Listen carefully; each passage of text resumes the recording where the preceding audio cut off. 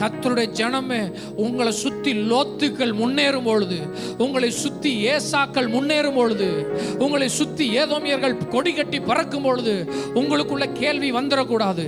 சில ஊழியங்கள் கூட, சில நபர்கள் கூட, சில வீடுகள் கூட வேக வேகமாக வரும்பொழுது பிசாசு அங்கே தான் கொண்டு வந்து உனக்கு நடக்கல, உன் பிள்ளைகளுக்கு நடக்கல, அங்கே பார், அங்கே நடந்துட்டு இங்கே நடக்கும்போது சிலர் தங்களை வாழ்க்கையை முறுமுறுக்க ஆரம்பித்து விடுகிறார்கள். ஏனென்றால் அவர்களுக்கு வெளியிருந்து வருகிற சத்தத்தை ஜெயிக்க முடியல, உள்ள இருந்து வருகிற சத்தத்தை ஜெயிக்க முடியல. உள்ள இருந்து வருகிற சத்தம் வேற மாதிரி வெளியே கொடுக்குது, வெளியிருந்து வர்ற சத்தம் அதை விட வேற மாதிரி வெளியே கொடுக்குது.